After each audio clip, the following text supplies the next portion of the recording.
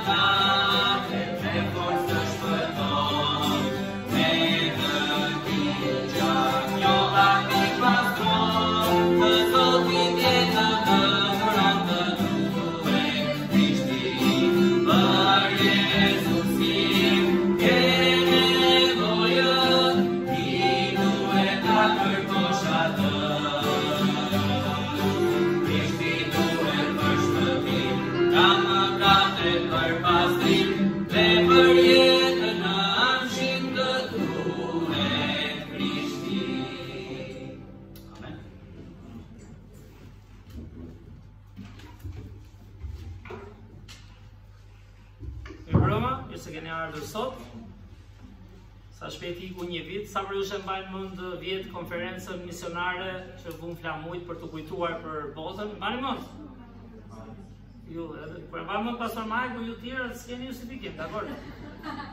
Ju nga Marika, e mbani mend, keni qenë ndonjë? Po pse se ngrini këmbën dorën na?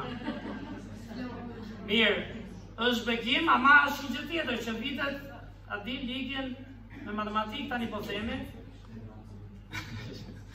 Vitet ikin shpejt, edhe sigur sa për mbi syt, vjen konferenca, tani flamujt. Sa për mbi syt, ishte Pashka. Sa për mbi syt, vjen koha biblike, pastaj vjen Krishtlindja. Apo ikin qip shpejt vitet, apo mbasi kalon dhe 45-ën të duken kështu. 45 vjeç. Se kur je një 20 vjeç, si këta vejzit si adoleshentët 14-15 nuk e ndjen. Megjithatë, një gjë është shumë e rëndësishme. Koha, si thot pastor Marku, ja ka thënë dikush se një monçë ja ka thënë atij se s'ka mundësi, koha rri në vend. Apo jo? Profesori ja ka thënë. do sa ndihmon dhe Teri, gjo Teri apo? Po, t'i marrin fund, meri të dy Andi që të... Për t'i ndihmuar, se s'duam që të rinë kështu edhe të flasin në gjuhë tuaja, që s'kuptohen. Pra, si që ka thënë ai profesori, miqës ta e kanë thënien time, por ka thënë që koha rrin vend. Koha është e përjetshme. Minus infinit plus infinit qëndron. Por ne ikim. Vitet tona largohen, edhe këtë javë ishte një javë jo e lehtë për vlla Temin, i cili humbi babain e tij, dhe unë qesh këtu, edhe ndaj diçka nga fjala e Perëndisë, dhe është bekim, por kur kujtoj që e kam pasur paralel në shkollë, kemi qenë se ka një moshë me mua, e shkolla këtu, dhe kur e shikon vdekjen me sy, tek një afërt i yt, atëherë kupton sa rëndësishme është përjetësia, edhe ndërsa e quajmë konferenca misionare, siç e kemi këtu përpara temën, prandaj edhe thash ta falim Temin për gabimin e këngës nëse ka bërë, sepse vërtet ka qenë dhe i lodhur, por duhet lutemi, edhe një gjë që biseduam është në lidhje me konferencën, çfarë? Babai u largua, ku është shpirti i tij tani? Kalon në përjetësi dhe akoma më rëndësishme të bëhet misioni që ndau Krishti me ne. Që është gjë më e rëndësishme për jetën tona, sepse në fund fare vlerën më të madhe dhe pasuria që ti ke nuk do jetë as shtëpia, as makina, megjithëse na duhen të gjitha, as rrobat, as buka e përditshme me cilën jetojmë, por është shpirti, sepse ai kalon në përjetësi. Dhe prandaj erdhi Krishti që vdiqë kryq dhe pagoi për mëkatet tona. Tani, dikush ka thënë dita më e rëndësishme e jetës, kush është? Dikush ka thënë lindja, dikush martesa, mirë fiza. Por dikush është dita më e rëndësishme, gjesh vërtet qëllimin e jetës. Pse jemi këtu? Dhe misioni i parë që ka njeriu është ai mision i vetes që mendon çfarë është më mira për mua, ndërsa rritet apo jo, thot çfarë do bëj me jetën, çfarë do ndërtoj, çfarë do arrij. Misioni i dytë është ai që të japin prindrit ose shoqëria, apo jo ne si prindër që kemi fëmijë më të vegjël, gjithmonë mundohemi do bësh kështu, do bëj këtë, ta çoj këtu. Le pritshmëri që arrisim, por misioni i tretë që është më i rëndësishëm, fakt që është i pari, sepse ai ka të bëjë me vlerën e përjetësisë, është misioni i Krishtit, i cili tha për të çuar fjalën e Perëndisë dhe përmbledhi në dy vargje që s'dua t'i harrojmë kurrë, duaje Zotin dhe duaje afërmin. Ky është qëllimi i gjithë Biblës, edhe kur ne çojmë misionin e Krishtit tek të tjerë, nuk është ti themi një gjë fetare nga. Është sepse ta ndajmë atë nëpërmjet dashurisë Zotit. Bota ka nevojë për zemrën e Perëndisë. Dhe misioni i tretë që është më i rëndësishëm dhe që shumica e njerëzve nuk e kapin, është ai për të njohur ungjillin. Vdekjen, varrosjen dhe ringjalljen e Krishtit për shpëtimin e shpirtit tonë. Dhe fakt, fjalët e fundit kemi thënë, nuk do flas shumë sepse kemi për ndarë diçka nga familja Zefi. Në Tropoj kemi Hudson i cili do të lajë dëshminë e tij, një djalë që Perëndia mendon që e ka thirrur për të bërë misionar. Kemi gjithashtu edhe pastor Andi që do ndajë diçka nga fjala e Zotit, kështu që bëni llogarit vetë tani. Sa minuta, unë duhet të ikë sa më shpejt që mos më thoni na vonoj ky. Unë ju vonoj çdo ditë sidomos. Por vërtet është misioni më i rëndësishëm, sepse Krishti çfarë tha? Ato fjalët e famshme para se të largohej. Tha, shkoni në gjithë botën dhe bëni dishepuj. Gjithashtu një varg Manitës te Veprat 1:8 është: por do të merrni fuqi kur fryma e shenjtë do të vijë mbi ju dhe do të bëheni dëshmitar në Jeruzalem, në gjithë Judeen dhe Samarinë dhe deri në skajin e Dheut. Tani unë nuk e di sa prej nesh mund të jenë misionar në të ardhmen, por misioni ynë për Perëndin mund të jetë në këtë kish, mund të jetë në lagjen ku jemi, mund të jetë në shkollën ku jemi, e kudo. Por flamujt janë për treguar çfarë? Njeri që do të shkojë atje ku ungjilli nuk predikohet, siç erdhi dikur, nuk e di kemi pamjet këtu. Kemi?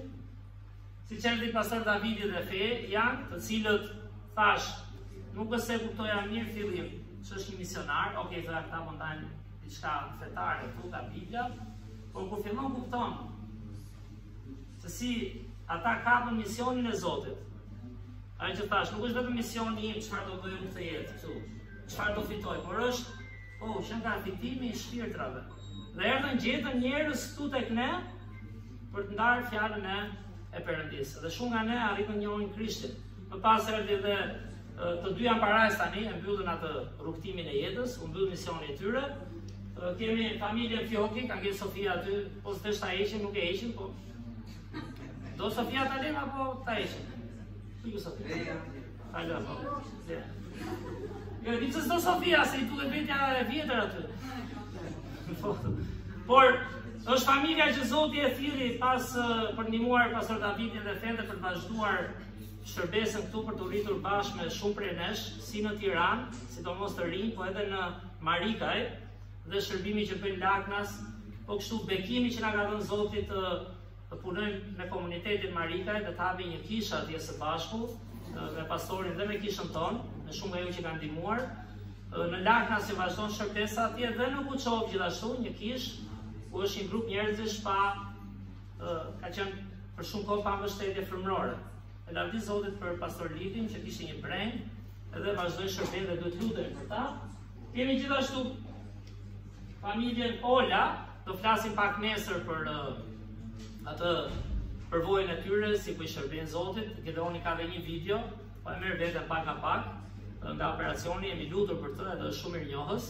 Kështu që puna atje vazhdon dhe në fund kemi familjen Zefi, që është do ndajmë diçka për pak minuta këtu, nga dëshmia që ai ka dërguar për ne.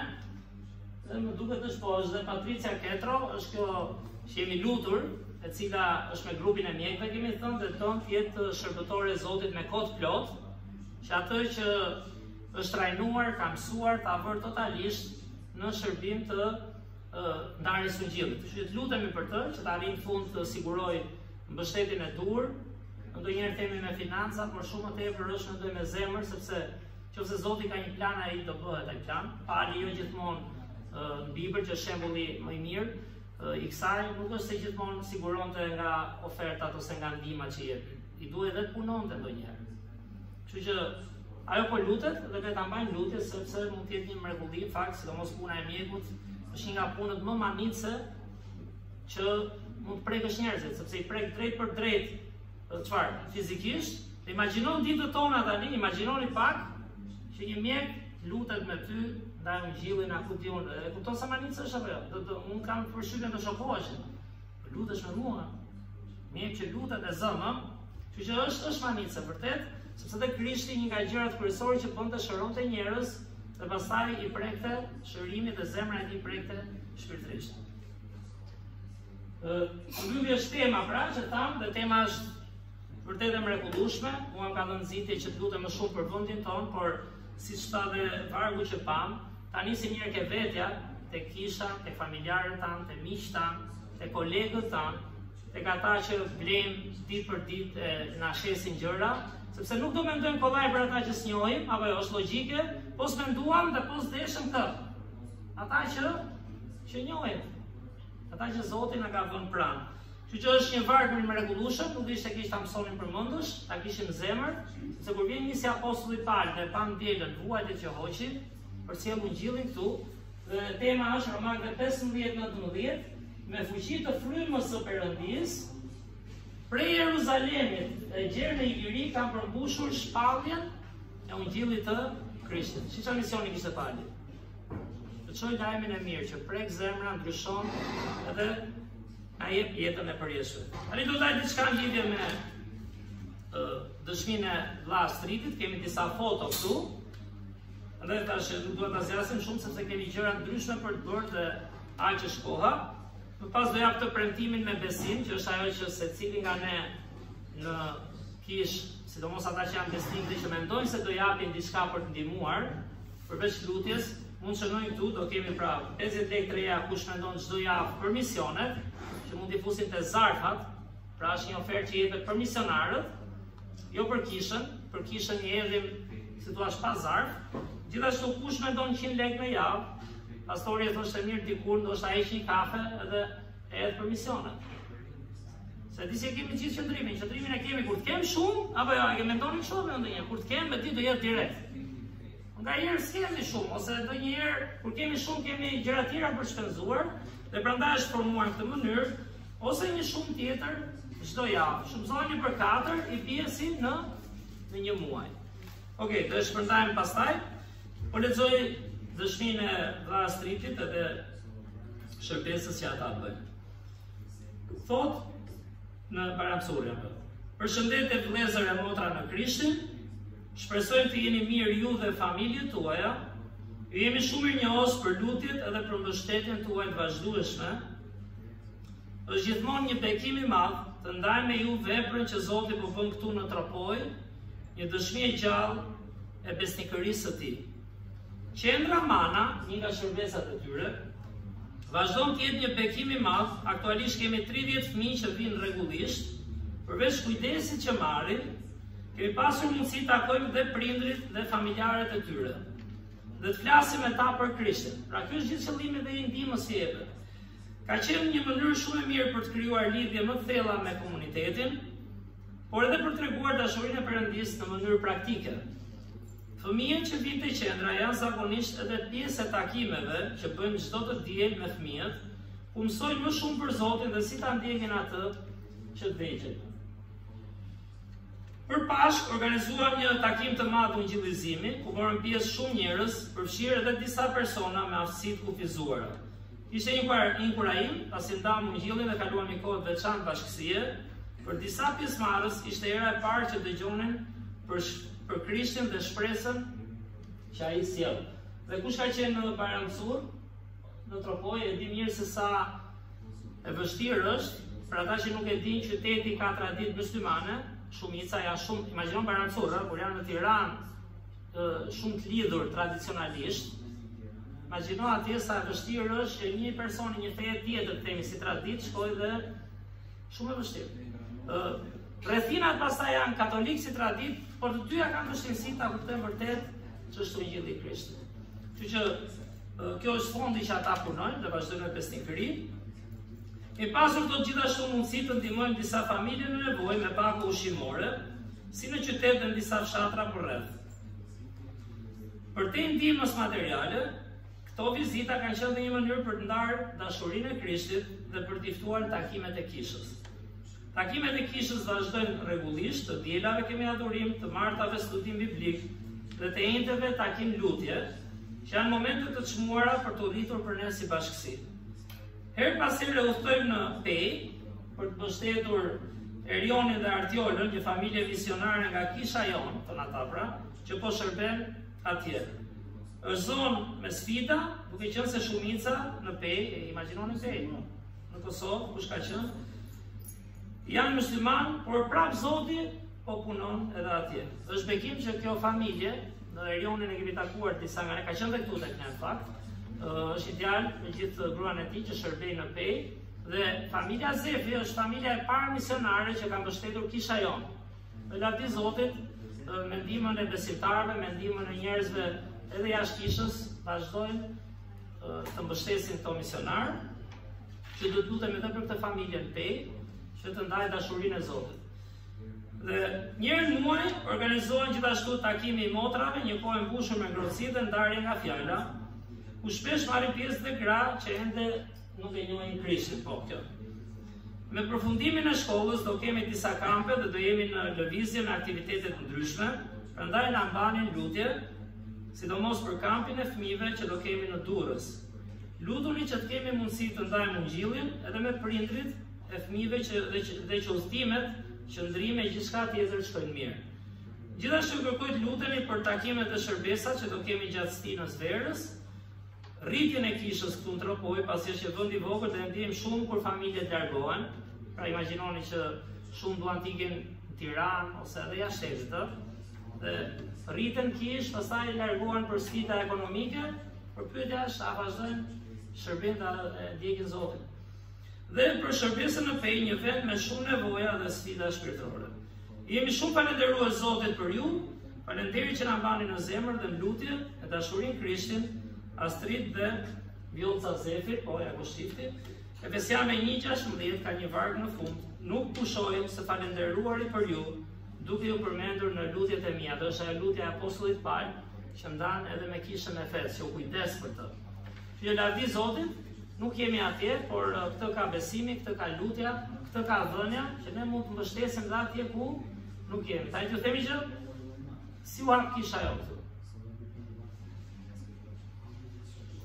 Nuk na njinin, kisha në Amerikë, pak në rastin tonë, mund t'ishin nga Franca, mund t'ishin nga Kution, nga Spanja.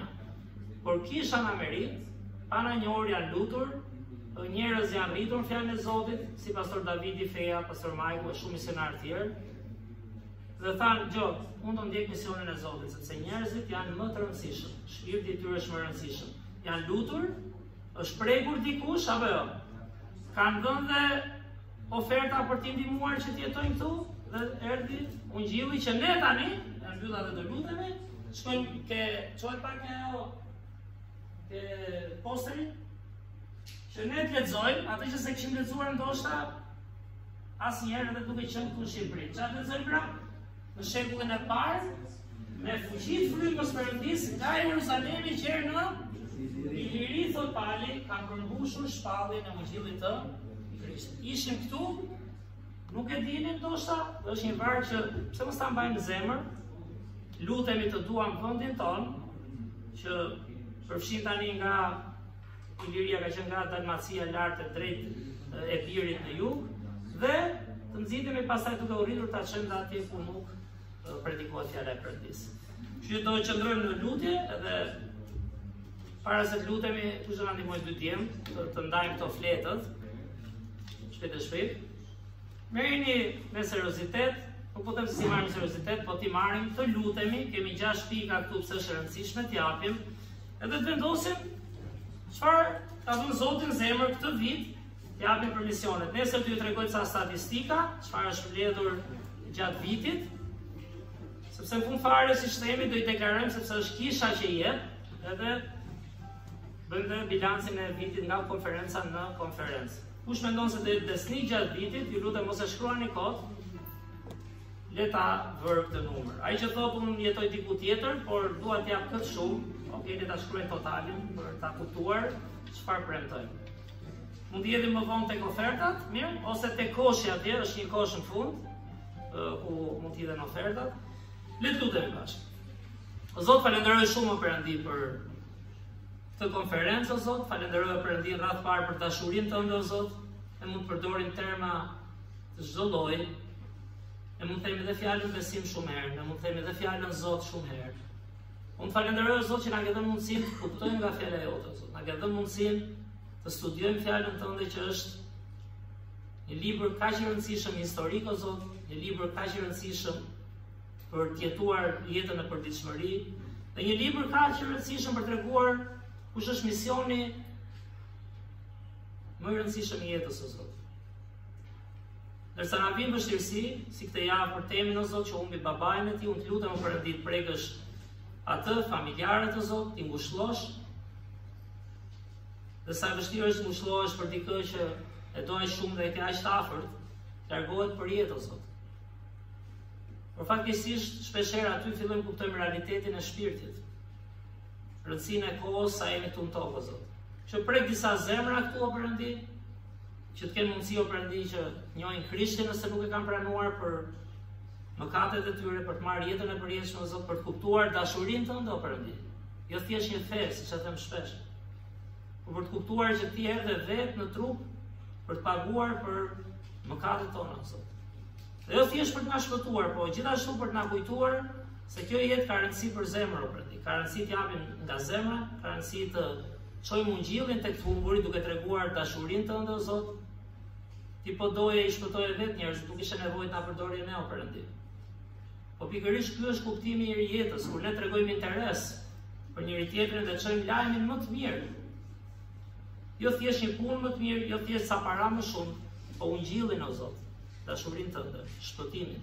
Falenderoj o Perëndi gjithashtu për grupin që ka ardhur nga Marikaj, bekoj ata të rinj, për mundësinë dhe privilegjin që kemi të shërbejmë ty, o Zot, bashkë me familjen e pastor Majkut. Falenderoj për këtë familje besnike që vazhdon për shumë vite, gati 27 vite afërsisht në Shqipëri, o Zot, me besnikëri. Vazhdo të inkurajosh në zemër, o Perëndi. Falenderoj që nuk heqin dorë, duan të ndajnë fjalën tënde, duan të jenë bekim për njerëzit, o Zot. Vazhdo të sigurosh për nevojat e tyre, gjithashtu familjen Zefi që pam sot, o Zot. Falenderoj që ndërsa ne jemi këtu shohim kishën tonë, sfidat që kemi, ka dhe kisha tjera si ajo që vazhdon, shërben, adhuron, këmbul. Beko Zot gjithë ato kërkesa që kishin, pase do të jetim letër t'i ndajmë dhe me njerëzit. Mos të ishin dorë, Zot, besimtarët, mos dorëzohen, të durojnë dhe të jenë o Perëndi në vazhdimsi pjesë e planit të mbroj nga rreziqet, nevoja që kanë atje o Perëndi. Dhe vazhdo siguro për ta. Gjithashtu familjen Ola, falenderoj që kisha vazhdojnë me këtë familje në mbështet. S'kemi hequr dorë nga të 3 mbështetjet o Zot, na ndihmo mos të heqim kurrë. Megjithatë kjo nuk është thjesht se them unë, por do të vinë nga një zemër besimi, një zemër që rritet me ty o Zot. Na ndihmo të japim, na ndihmo të lutemi për ta, se po se lutem edhe dhënia do bjerë një ditë. Që të lutem o Zot, na ndihmo të kemi interes për ta njerëz. Falenderoj Perëndi gjithashtu edhe për Patrician, këtë grua që ka dëshirë të përfshihet me kohë plot në misionin tënd. Lutem vazhdo shtapësh dyrë o Zot në mënyrë të mrekullueshme. Falenderoj për shërbimin që bën dhe Shqipëri her pas here. Dhe ko Zot Hudson që është këtu, ndërsa ai është një djalë që pa nga pak po mbaron shkollën dhe e ka këtë dëshirë o Zot që të ndaj fjalën tënde në fushën e misionit, ndoshta në Kroaci, shpreson. Të lutem ta drejtosh o Perëndi, të falenderoj për një djalë të ri që ka këtë zemër. Lutem o Zot për gjithë nevojat e tjera që kemi këtu, për dhënien, për këtë letër që morëm në duar o Zot. Na ndihmo të lutemi, t'i lexojmë ato hapa aty, pse na mëson ti t'i japim, edhe t'jemi besnik o Perëndi. Bekoj edhe fjalën tënde më pas, që do ndahet nga pastorandi, në emër të Krishtit lutem. Amen.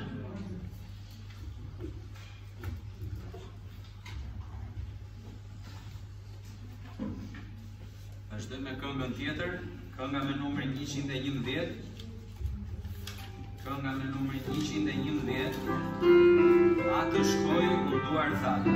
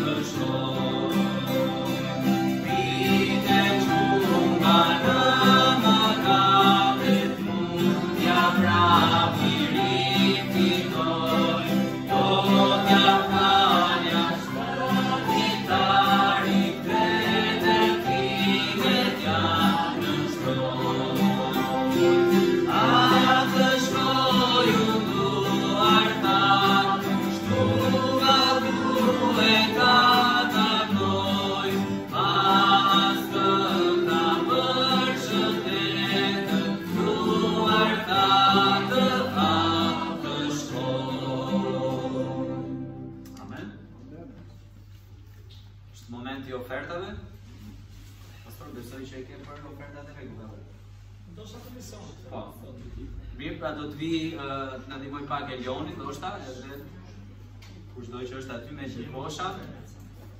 Dhe me që si jemi në kohë konference, do të jetë një ofertë dedikuar misioneve.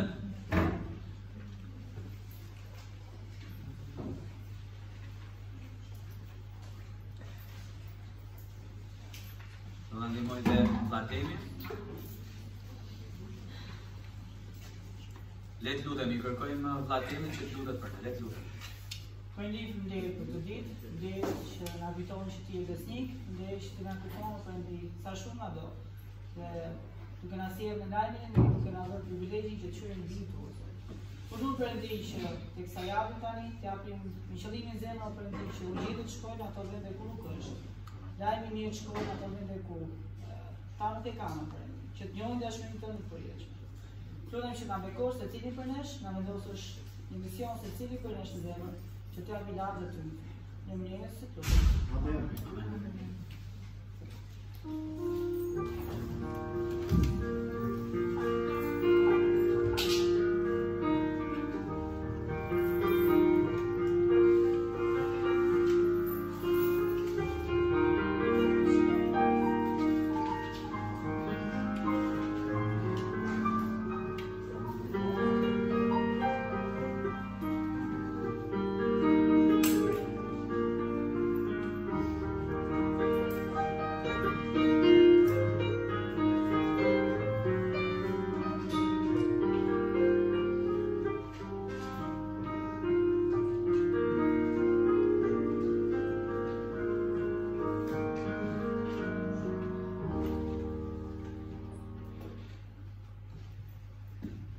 Është dhe me një këngë tjetër, kënga me numër 98.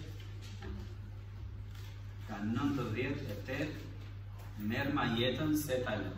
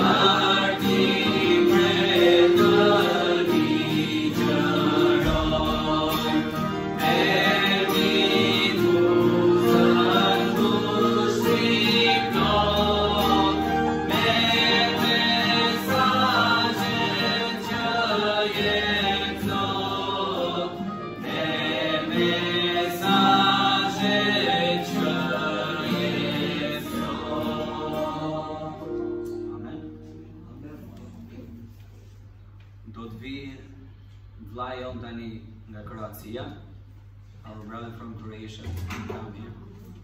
Do të vi vlla Hasan fakt dhe do ndaj dëshminë e tij me ne.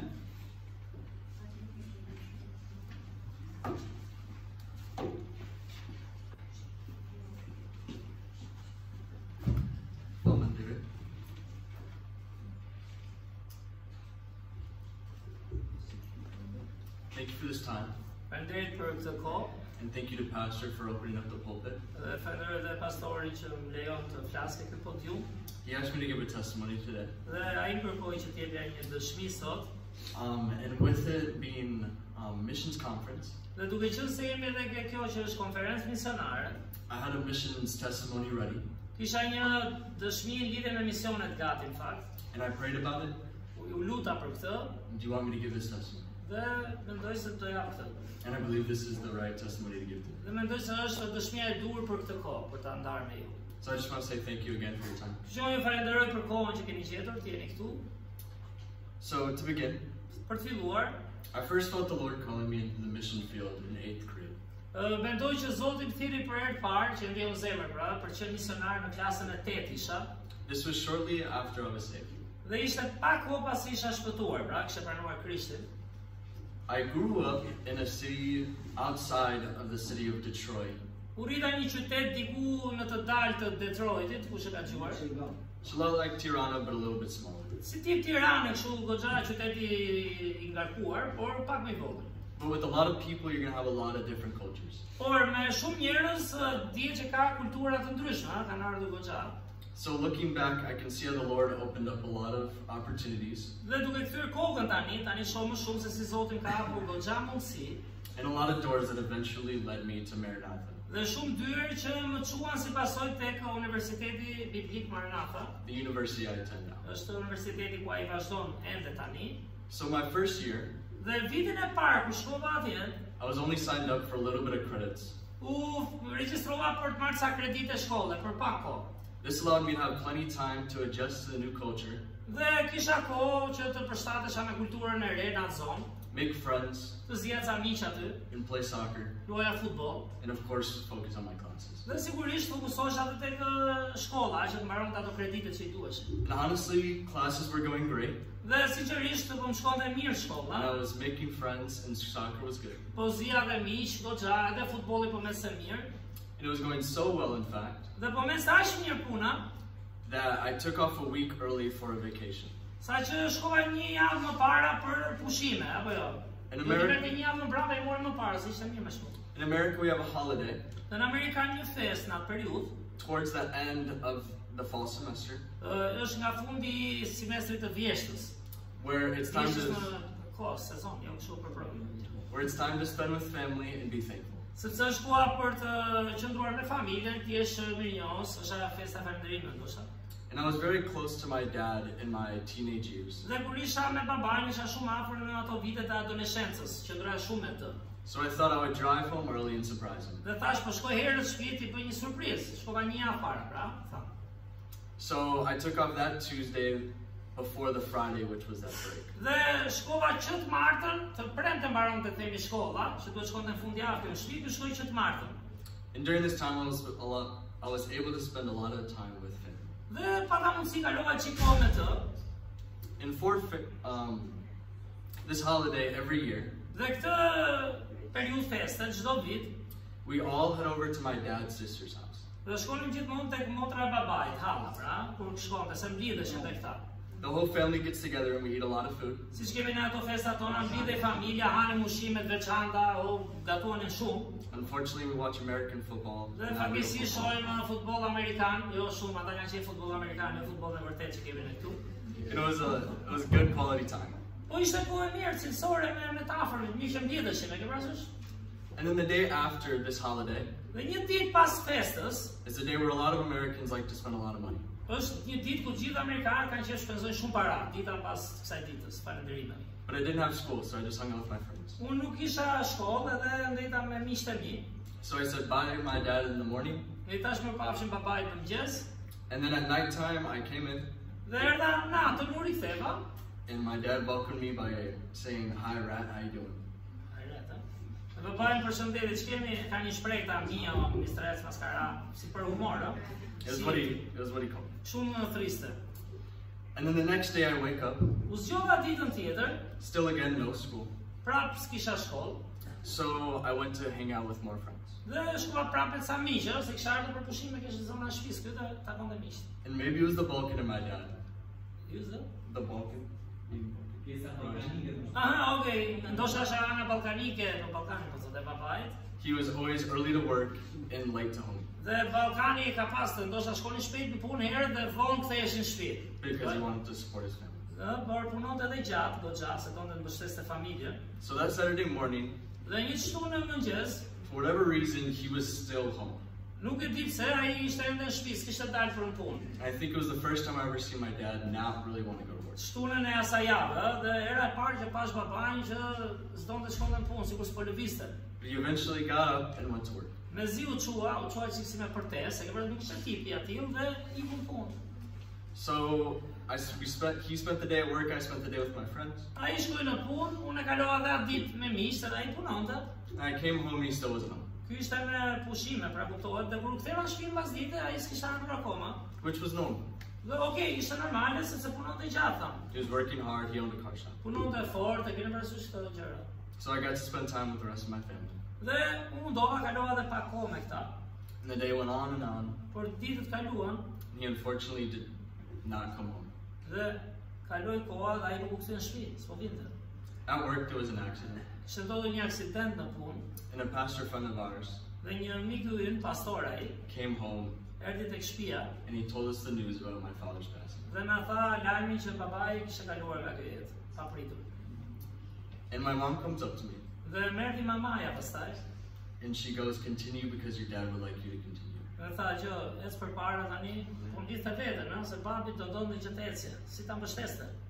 The next day was Sunday, Dita tjetër ishte e diel and then school started up again on Monday. dhe shkolla ishte java e pushimit, pra ai imagjino di shtunën, të dielën ishte tonë do ishte pushim, tonë do ishte shkollë pra. So Sunday after morning service, Dhe shkuan te shërbesa e mëngjesit të dielën, I got in a car with my friends pipa në makinë me miqtë e mi and we drove 6 hours back to school. dhe u kthyem të nesërmen, pastaj 6 orë në shkollë.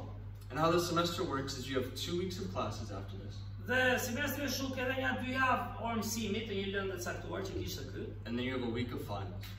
A week off? Final test. Okej, ka dhe një javë testesh përfundimtare pastaj. And then after that you have a month-long break until the next Dhe semester. pastaj ishte një muaj pushim derisa të vinte semestri tjetër, pra do kishte akoma më shumë kohë brapa. So my thought was that I would take the first week off from school but be at school. Dhe mendova ta marr një javë pushim nga shkolla, por detyrova të isha në shkollë. To be in prayer and deal with the grieving process. Dhe tash ishte një kohë që e vështirë, që të kaloj atë kohë lutje. And then eventually I would deal with it more after school during Christmas break. Dhe thash pastaj do merrem me këtë situatë që ndodhi mbas shkollës tani gjatë pushimeve të Krishtlindjes. But before leaving, my pastor took me aside Por para se të ikja në shkollë, pastori më mori veç and he said, "Hudson, stay faithful." dhe tha, "O Hudson, mbao fort, qëndro besnik." Again, this was a very good thing that he could have said to me. Dhe ishte një nga gjërat inkurajuese, sepse duan më gjatë, kuptohet, po ky ishte ai motivimi. But in my life, it didn't look too good. Por në jetën time, them drejtën atë periudhë nuk ndihesha mirë. I decided that being faithful was acting like everything was okay.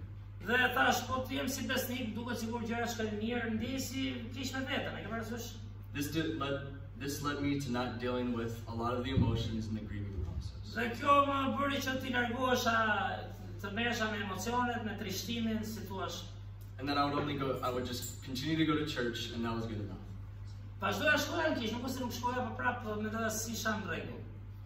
And then during Christmas break, Por gjatë Krishtlindjes, që erdhën pushimet e tjera, we had talked with my mom fola me mamën time and she decided that my father's funeral would be held in June. dhe vendosën që funerali i babait do bëhej në qershor, sa shumë mbajnë atë, mbajnë dhe gjatë. So again, I thought that I could put off the grieving process and this emotions Dhe prapë s'dija çfarë bëja, ai vazhdoi çfarë situatë, atë trishtimin që kisha, emocionet. and deal with them at the funeral. Dhe thash deri sa vinte funerali përfundimtar që do e fusnin trupin. So I went back to school and finished up the semester again. Pra u ktheva në shkollë, të përfundoja semestrin And then I came back for the funeral. dhe u ktheva për funeralin, se i mbajnë si duket në frigoriferike dhoma atje dhe që të bënin funeralin, Where I did get some closure. ku shkova drejt mbylljes themi.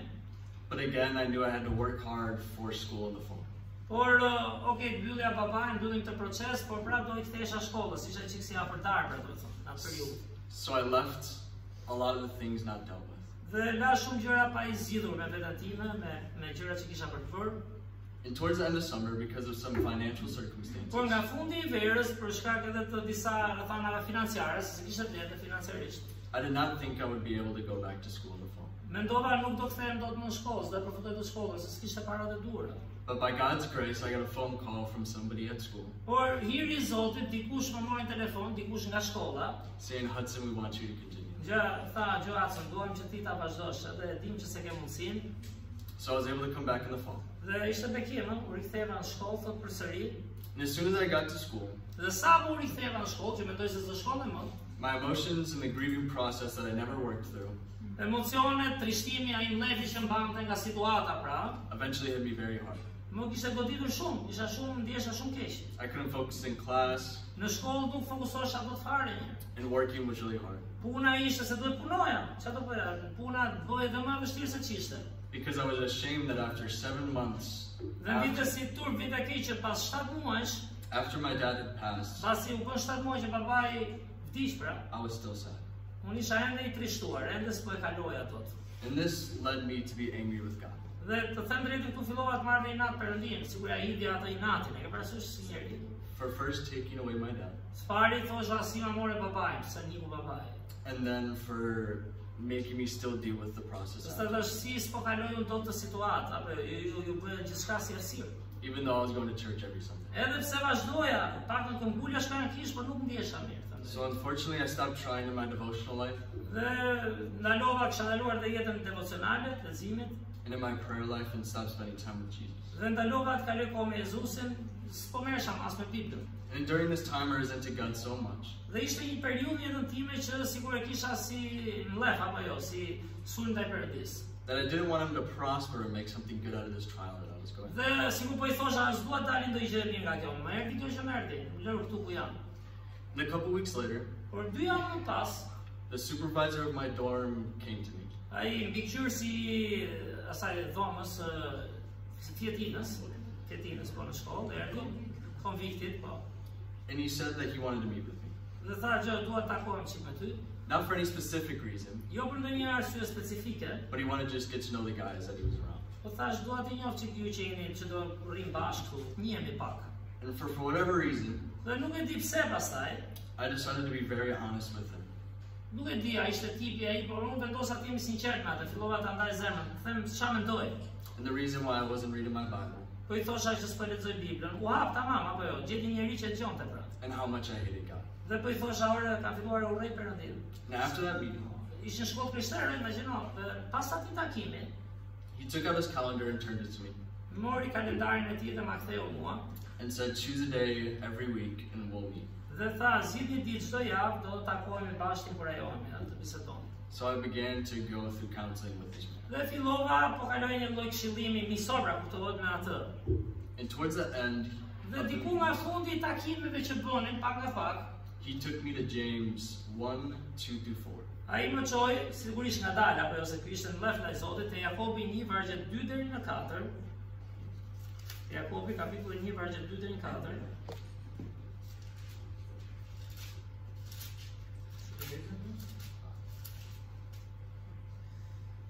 Thuhet, ta quani gëzim të madh o vëllezër të mi, kur bini në tundime të ndryshme, duke e ditur se sprova e besimit tuaj sjell durim.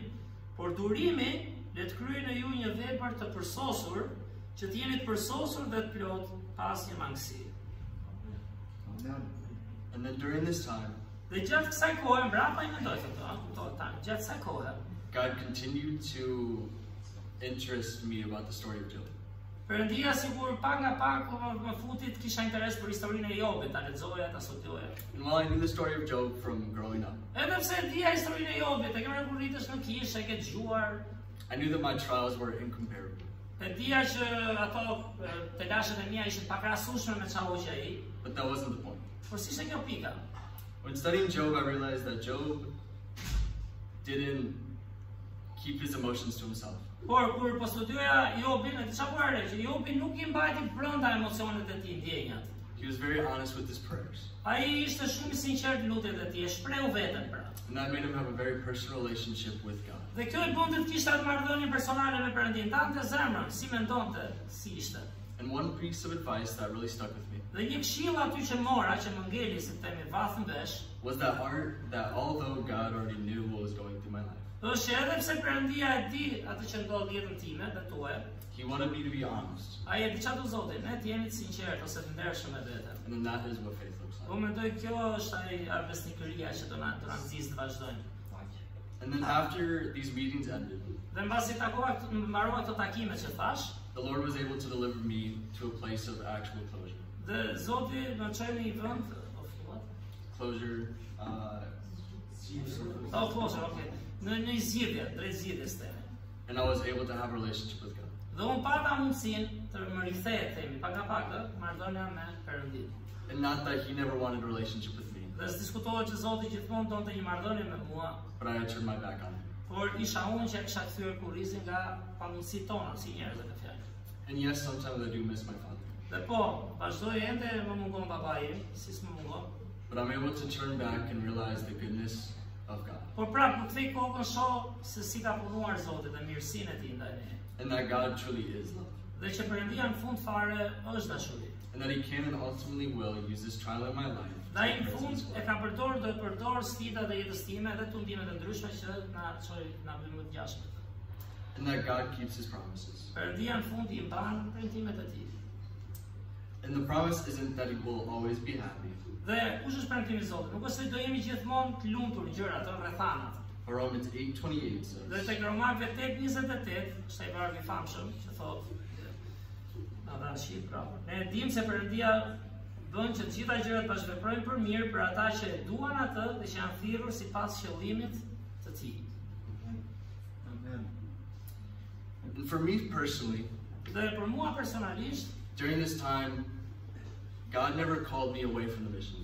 Perëndia e di çfarë do të them, do ta lë kjo që sikur më mbajtja, thash që ëndra ime ishin misionet. Vazhdo të mbante me një dëshirë për misionet. Even though I resented God for months Edhe pse mbajta mëri për muaj të tërë ndaj Perëndis, and didn't talk to Him, dhe nuk doja të flisja me të, nuk ndaja zemrën. He still opened doors for the mission field. Prapa i vazhdon të më hapte dyer për fushën misionare, për të shërbyer.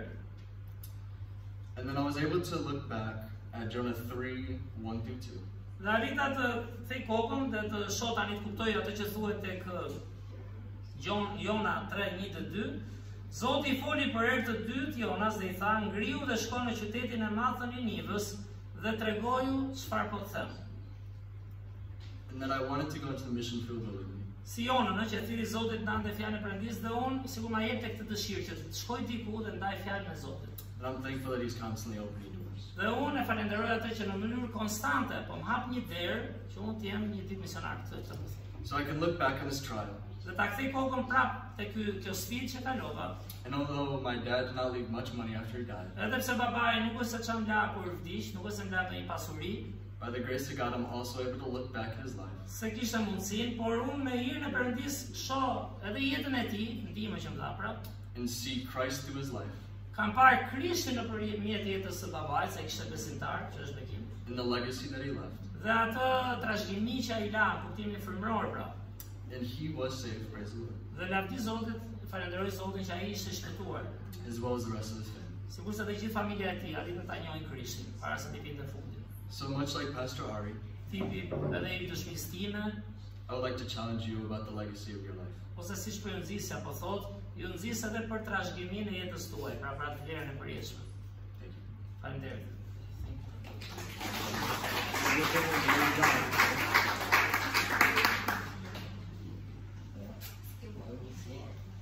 Kënga tjetër, kënga me numrin 82, kur kryqin e konsideroj, 82. Oh,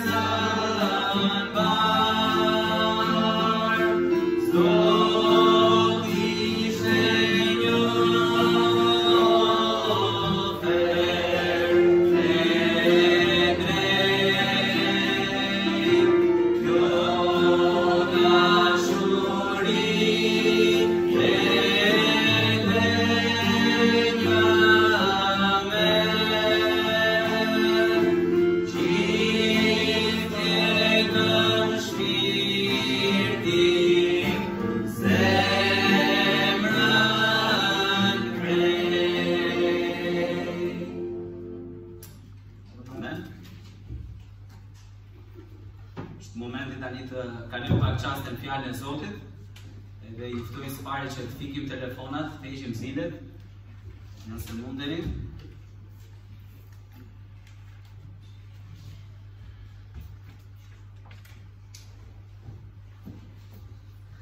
Ata vëllezërit dhe motrat që janë aty ke fundi auditorit, duan që unë të mbaroj shpejt, dhe kjo është arsyeja pse kanë nxjerrë ushqimin,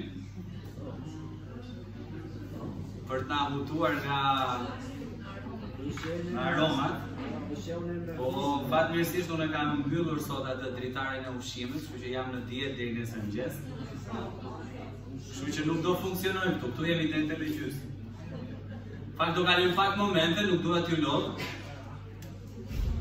Kjo është konferenca misionare, edhe fokusi i këtyre 3 ditëve do t'jetë misioni. Dhe gjatë këtyre 3 ditëve ne do flasim për besimtarë, vëllezër dhe motra, që ne i mbështesim në vende të ndryshme në Shqipëri dhe në Europë dhe në Amerikë. Njerëz me të cilët Perëndia na ka dhënë në mundësinë bëhemi partner në lutje, dhe të tjerë me të cilët Perëndia na ka dhënë mundësinë të bëhemi partner në mbështetjen e tyre misionare.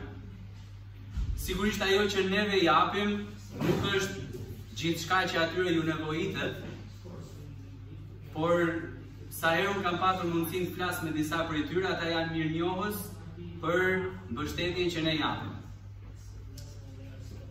Megjithatë, arsyeja pse I kemi gjithë këto flamujt, teksa ne shqyrtojmë vende të ndryshme ku ne mbështesim, si Tropoja, Lakna, si Hungaria apo Patricia që jeton në Amerikë dhe shërben me kohë plot tashmë si misionare mjekësore.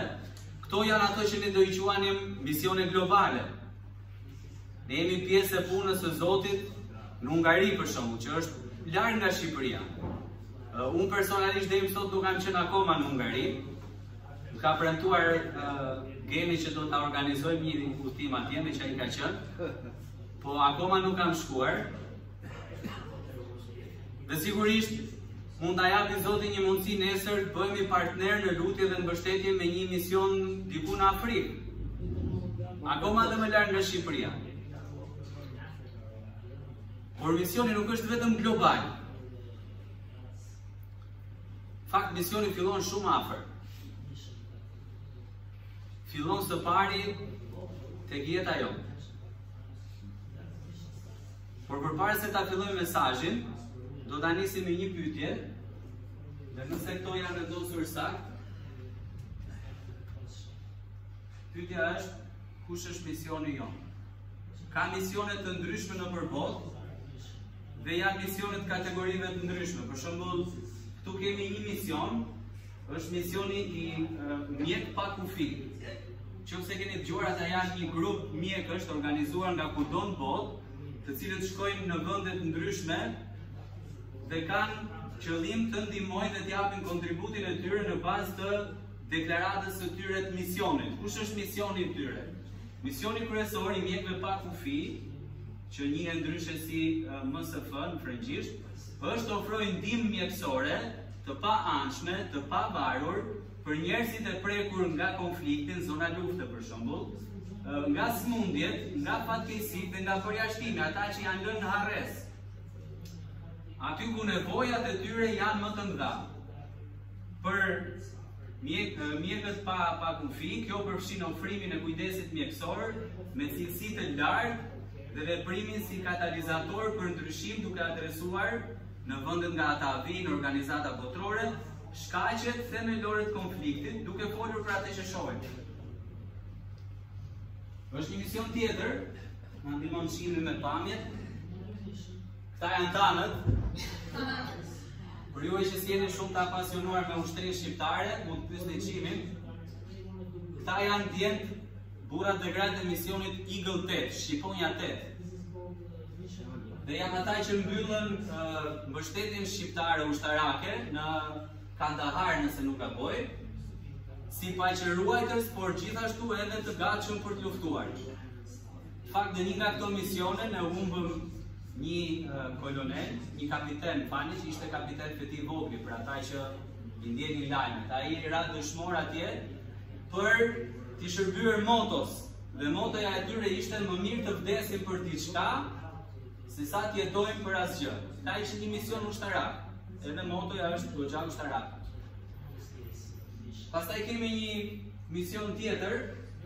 Kjo pamja është e zvet, qëllimisht fakt, nuk ka një pamje më të qartë, po ky personi këtu quhet Ledis Nano, është ish drejtori i policisë së Shqipërisë. Dhe kjo është nga një mision shpëtimi dhe riakthesimi i disa fëmijëve dhe grave që kishin mbetur në një kamp sirian ku kishin shkuar me familjet e tyre për të bërë pjesë e luftës me ISIS kundër regjimit të Asadit. Dhe në bashkëpunim dhe me forcat italiane, sepse një nga fëmijët shqiptarë kishte dhe qytetarinë italiane, dhe me forcat amerikane, 4 efektiv shqiptarë me nënkryet Ledis Nanon shkuan atje, shkuan për 4 ditë, se kjo është interesante, dhe u penguan 5 javë, ishte në kohën e Covidit, dhe mbas 5 javësh arritën të adresojnë rreth 13 persona. Ti nxjerrin nga kampi, ti çojnë në kompaundet qeveritare dhe pastaj ti rikthejnë në Shqipëri. Në fund, është dhe një mision tjetër, misioni kryqit kuq shqiptar, që fakt është një mision edhe internacional, çdo shtet, shumë shtete kanë kryqin e kuq të vetin, dhe misioni i tyre nëpërmjet konsolidimit dhe fuqizimit të veprimtarisë humanitare, është i përkushtuar të veprojë në kohën e duhur dhe në mënyrë proaktive, pra duke qasur që të zgjidhjet, japin zgjidhje, për të parandaluar dhe për të zbutur me dinjitet vuajtjet e komuniteteve më në nevojë, duke i përfshirë ato në ndërtimin e arsive të tjetër. Pra ka shumë organizata të tilla që quhen misione. Ka për shembull misione diplomatike, që nuk e kemi shtuar këtu. Dhe ka një qëllim. Kanë dhe një target group. Pra shkojnë dhe i shërbejnë dikujt. Po kemi dhe një tjetër. Dhe është misioni krishter. Dhe misioni krishter mund të thuhet në shumë forma, po janë një përkufizim. Misioni krishter është bashkimi me veprën e Perëndisë në shpendimin dhe rivendosjen e të gjithë njerëzimit dhe krijimin nëpërmjet Jezu Krishtit. Në rrëfimin e madh të Biblës, nga Zanafilla deri te zbulesa, shohim se Perëndia është një perëndi misionar që na fton të bashkohemi në misionin hyrnor për të shpëtuar njerëzimin nga mëkati dhe vdekja dhe për të rivendosur të gjithë krijimin në të mirën dhe qëllimin e përsosur fillestar të Perëndisë. Dhe duhet ta vazhdojmë këtë mesazh me pyetjen kush është misioni yt? Sepse këto grupet që ne pam, secili ka misionin e vet. Por kush është misioni yt? Sepse Zoti ka diçka edhe për ty. Dhe do shohim një pasazh, po përpara se të vazhdojmë atë, ke pamja tjetër, pjesë e misionit krishter, e përmendi pastorari, ishte pastor Davidi dhe Feja, cilët e dëgjuan thirrjen e Zotit dhe erdhën në Shqipëri për të mbjellë një kishë. Pjesë e të njëjtit mision ishte pastor Majku dhe Xheniferi me familjen e tyre, cilët e dëgjuan thirrjen e Perëndisë dhe erdhën të vazhdonin punën e nisur. Po pjesë e të njëjtit mision është pastorari dhe familja e tij, të cilët e dëgjuan thirrjen e Perëndisë dhe morën përsipër për të vazhduar punën e Perëndis. Dhe pjesë e të njëjtit mision, surprizë, jeni të gjithë ju që jeni ullë kjera shti të rete mbrapa. Kjo foto është për sot. Sepse Perëndia ka një mision për secilin nga ju. Dhe puna e Perëndis do shkojë përpara, duke mbështetur misionar, duke prodhuar misionar, duke prodhuar ungjilltar, vetëm nëse secili nga ne do jetë i gatshëm që t'i kërkojë Zotit kush është misioni im. Dhe kur ta gjejmë, secili nga ne të jetë i gatshëm që ta bëj misionin që Perëndia ka për të. Tek Marku kapitulli 5, Ungjilli sipas Markut kapitulli 5, janë vargjet 1 deri në 20, po nuk do i lexojmë të gjitha edhe për efekt kohës. Po në këto vargje na tregohet historia, jeta e një njeriu në cilin secili nga ne mund gjejë jetë në vet. Së pari në tek vargjet 1 deri në 5, tek Marku kapitulli 5, ne gjejmë nevojën për misionin. Misioni ekziston sepse ka një nevojë. Dhe tek vargjet 1 deri në 5 thuhet: dhe arritën në bregun tjetër të detit, në krahinën e Gadarenasve, dhe sapo Jezusi zbriti nga barka, menjëherë nga varrezat i doli përpara një njeri me një frymë të ndyrë, i cili banonte në varreza dhe kur kush s'kishte mundur ta lidhte, qoftë dhe me zinxhir. Shpesh herë pra e kishin lidhur me pranga e zinxhir, por ai gjithnjë i kpuste zinxhirët dhe i thyete prangat, dhe kur kush nuk e kishte bërë dot zap. Dhe vazhdimisht, natën dhe ditën, ishte në përmale e në përvarre, duke bërtitur dhe duke rrahur veten me gur. Fakt shohim një njeri të pushtuar, thot vargu, nga një frymë ndyrë, i pa shpresë, i lënë vetëm, i zhytur në mëkat, totalisht i humbur. Dhe me siguri ndonjëri nga ne nuk ka qenë i pushtuar nga ndonjë frymë, por gjithë ne kemi qenë në gjendjen tonë mëkatare, përpara se ta njihnim Zotin, të drejtuar, të nxitur nga drejtuesi i kësaj frymës ndyrë, nga djalli. Sepse Bibla thot kur një njeri është pa Krishtin, ai është nga djalli. E vetmja gjë që ne njohim është natyra jonë mëkatare. Dhe pavarësisht nëse nuk jemi në gjendje që të shkojmë në përvarreza, në përmale të godasim veten, ne përsëri jemi të pa shpresë, ne përsëri jemi të lënë vetëm, ne përsëri jemi në mëkat të zhytur, ne përsëri jemi të humbur. Prandaj është nevoja që të ketë një mision. Misioni ekziston sepse ka një nevojë për mision. Po misioni na prezanton gjithashtu me një provojë jetë ndryshuese. Nuk do e lexojmë debatin dhe diskutimin midis frymës së keqe që e kishte pushtuar këtë njeri dhe Krishtit, por do shkojmë direkt tek vargu 13. Shikoni çfarë thuhet. Dhe Jezusi menjëherë u alejoi atyre, pra frymrave të ndyra. Atëherë frymrat e ndyra pasi dolën nga ky njeriu që kishte pushtuar, hyn te derrat dhe tufa u hodh poshtë nga gremina në det, dhe ishin afro 2000 krerë dhe u mbytën në det. Pra fryma u largua nga ky njeriu dhe shkoi tek derrat. Sepse takimi me Jezusin ta ndryshon jetën. Dhe tek vargu 17, mbasi njerëzit e qytetit kishin ardhur, tek vargu 18, më falni, shikoni çfarë thot. 17. Atëherë, ata filluan t'i luten Jezusit që të largohej nga krahina e tyre. Më falni, të lexojmë dhe 15-ën. Kur erdhën te Jezusi, pan të demonizuarin, atë që kishte pasur legjionin, si e pan?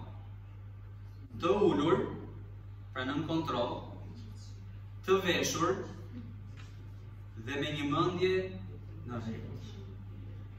Totalisht i ndryshuar. Ai që ishte i pushtuar, i pa shpresë, i lënë vetëm, në mëkat, i humbur, jashtë kontrollit. Tani ai ishte i ulur, i veshur dhe me mendje në rregull. Dhe këtë nuk e pa vetëm Krishti. Këtë e pan të gjithë ata që erdhën për ta parë Krishtin. E dini pse? Sepse takimi me Krishtin është një provojë jetë ndryshuese. Biblia thotë tek 1 Korintasve, kur një njeri është në Krishtin, ai është një krijesë e re. Pra ne shohim që ka një nevojë për misionin dhe ky mision sjell një ndryshim jete. Dhe një jetë ndryshuar sjell gatishmërinë për ta vazhduar misionin. Shikoni çfarë thot vargu 18. Kur ai po hipte në varg, pra Jezusi, ai që kishte qenë i demonizuar, i lutej që të mund të rrinte me të. Dhe nëse i kthehemi studimit në origjinal, ka kuptimin që të mund ta ndiqte dhe të ishte me të. Pra ai tani e kuptoi se jeta e tij ndryshoi, e kuptoi se ishte një njeri tjetër dhe tha, Zot, unë dua të vi me ty, më merr dhe mua me vete. Jo për të qenë me një grup peshkatarësh dhe ta grabdesish për t'ia kaluar mirë, por sepse ai donte të shkonte dhe të shërbente bashkë me Jezusin. Sepse misioni i ndryshoi jetën dhe tani ai ishte gati për ta vazhduar misionin. Megjithatë, ne duhet ndalojmë një moment tek vargu 19 dhe duhet kuptojmë këtë, që fusha e misionit nuk është gjithmonë ajo që ne kemi në mendje. Dikush ka thënë, nuk do jesh në gjendje ta predikosh ungjillin në Afrikë, nëse nuk e ke guximin ta predikosh ungjillin në kuzhinën e shtëpisë tënde. Dhe ne mendojmë për gjërat e mëdha dhe harrojmë se duhet fillojmë tek gjërat e vogla. Jezus në fakt i ndihmoi shumë dishepujt kur u tha, ju do merrni fuqi dhe do bëheni dëshmitar në Jeruzalem, aty ku ishin. Aty ku po qëndronin. Dhe pastaj gradualisht duke u larguar, duke shkuar deri në skajin e vet. Dhe teksa ky njeri i ndryshuar i thoshte Jezusit, më merr me vete, Jezusi i dha fushën e misionit dhe te vargu 19 i tha, shko në shtëpinë tënde, shko te të tut dhe tregoju atyre sa bëri Zoti dhe si pati mëshirë për ty. Sigurisht ne duhet jemi pjesë e misionit global. Ne duhet të ndihmojmë për përhapjen e ungjillit kudo ku nuk është dëgjuar dhe predikuar. Por Zoti thot gjithashtu, shko tek shtëpia jote. Shko tek të tut. Tek ata që Zoti ka vënë afër. Tek ata në punën tënde që nuk e njohin Krishtin. Tek ata në lagjen tënde që nuk e njohin Krishtin. Shko dhe tregoju atë që Zoti ka bërë për ty. Kjo ishte fusha e misionit për këtë njeriu që u ndryshua, për këtë të demonizuarin Gadarenas që nuk ishte më i demonizuar kur takoi Krishtin. Dhe Zoti do i thrasi disa nga ne për këtë misionin global. Ndoshta ne do kemi mundësi një ditë të çojmë një misionar diku. Ndoshta Zoti do ta thrasë diku. Ama Zoti na thret të gjithëve që të shkojmë tek shtëpia jote, tek tanët, tek ta bashkëkombësit tanë dhe t'u tregojmë atyre çfarë Perëndia ka bërë për neve. Dhe teksa ky u nis për ta ndjekur Jezusin, dishepujt e tij dhe ndaluan. Dhe i thanë, prit Jezus, si mund të shkojë ky kështu? Ky s'ka bërë universitet biblik Maranatha. Si mund të shkojë ky tek familja vet dhe të ndaj Krishtin? Ky nuk ka bërë klasa homelitike me Arin dhe me Majkon, me pastor Majkon. Nuk i thanë këtë. se përgatitja për misionin ishte shumë e thjeshtë. Shko dhe trego çfarë ka bërë Zoti për ty. Keni një histori në jetën tuaj kur e keni takuar Krishtin? A ka bërë Zoti diçka për jetën tuaj? A e ka ndryshuar zemrën tuaj? Atëherë misioni është, shkoni tek të tut dhe tregoni çka ka bërë Zoti për ju. Sigurisht ne duhet ta studiojmë Biblën. Sigurisht duhen djemë dhe vajza, burra e gra që thellohen në studime dhe që janë të gatshëm pastaj dhe që e kanë aftësinë për të mësuar të tjerë, për të njohur dhe doktrinën e plotë të Perëndisë. Por misioni fillon duke ndarë atë që Zoti ka bërë për ty. Dhe i bindur, vargu 20 thotë, dhe si shkoi, nisi të shpallë nëpër Dekapoli, jo në shtëpi, jo tek fisi, por në gjithë qytetin. Në Dekapoli, për sa i kishte bërë Jezusi, dhe të gjithë u mrekulluan. Sigurisht dikush mund t'i ketë bërë një pyetje që ai s'di dhe t'i përgjigjej. Por ai ndau atë që Krishti kishte bërë për të. Dhe të gjithë u mrekulluan. E dini çfarë mos u stepni kur e ndani Krishtin në familje. Mos u stepni kur e ndani Krishtin në shkollë. Mos u stepni kur e ndani Krishtin në punë, në lagje.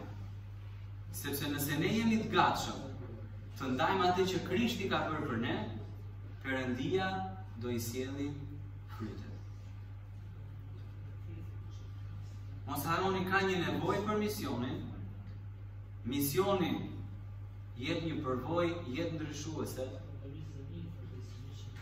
Kur jeta jo ndryshon, ne jemi të gatshëm për mision, dhe Zoti na jep në fushën e misionit. Zoti na jep në përgatitje për ta kryer misionin, dhe Perëndia do sigurojë rezultatet e misionit. Por e gjitha fillon kur takon Krishtin. Ti nuk shkon dot në mision nëse akoma nuk e ke takuar Krishtin. Ti nuk mund të shkosh tek të tjerët për treguar një histori që ti akoma nuk e ke. Prandaj nëse je pa Krishtin, merre kohën sot edhe takoja që ta njohësh si Zotin dhe shpëtimtarin e jetës tënde. Dhe nëse e ke takuar dhe ke thënë tani shpëtova, tani ja hodha, tani po ri rehat sepse fitova parajsën, kujtohu se duhet të jesh i gatshëm për të çuar përpara misionit. Dhe bëj vetes pyetjen: Zot, cili është misioni që ti e ke për mua? Dhe le të shkojmë tek shtëpia, tek ata tanët, tek Dekapoli jon, e më gjerë pastaj duke treguar sa e dim Biblën. Jo, duke treguar se çfarë ka bërë Krishti për ju dhe për mua. Ktu fillon. Të tjerat vinë me kohën, të tjerat vinë më pas. Ne duhet jemi të gatshëm të ndajmë historinë e jetës tonë me ata që nuk e njohin Krishtin. Dhe po ju lëm me 4 pyetje. Apo unë gjellëzon në familjen tënde? Apo flet për Zotin në ata që të ka vënë rreth teje? Apo përfshihesh në punën e të tjerëve në lutje? Dhe apo përfshihesh në punën e të tjerëve në financa? E sigurisht për këto 2 pyetjet e fundit do dëgjoni më shumë nesër dhe pas nesër, por bëjeni vetes pyetjen: kush është misioni im? Çfarë ka Zoti për ty? Le të lutemi. Zot, faleminderit për këtë mbrëmje, për besnikërinë tënde, për mirësinë tënde. Na ndihmo Perëndi që të kuptojmë se kemi nevojë për ty, por na ndihmo gjithashtu Perëndi të kuptojmë se ka shumë njerëz që kanë nevojë për ty. Plot njerëz në familjet tona, në lagjet tona, në vendet ku punojmë, në shkollat tona nuk kanë dëgjuar për ty. Dhe ti na ke vendosur neve aty që ne të tregojmë atë që ti ke bërë për jetën tonë. Na ndihmoj që në këto 3 ditë kemi fokusin tek misioni, duke filluar me misionin ton personal për mbretërinë tënde e duke vazhduar me të gjitha të tjera që ne do të shurtojmë këtë ditë. Na ndihmoj që të jemi pjesë e punës tënde këtu në Shqipëri e kudo në botë. Dhe të kuptojmë se çfarë ke ti për jetën tonë.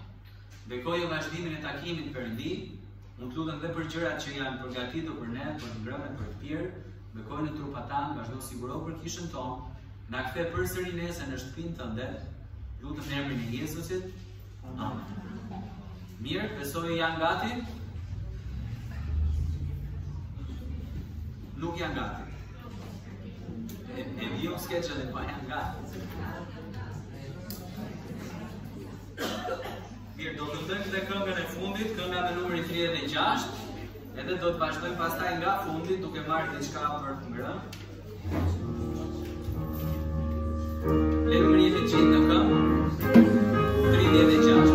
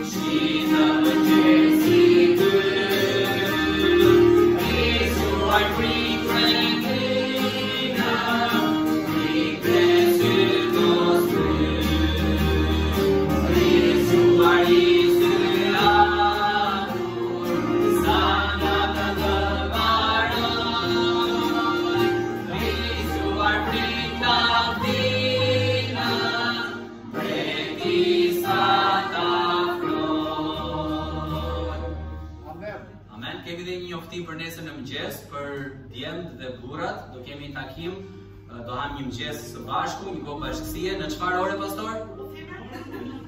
Në orën 9 do takohemi këtu, okay? Zoti ju bekoft, natën e mirë.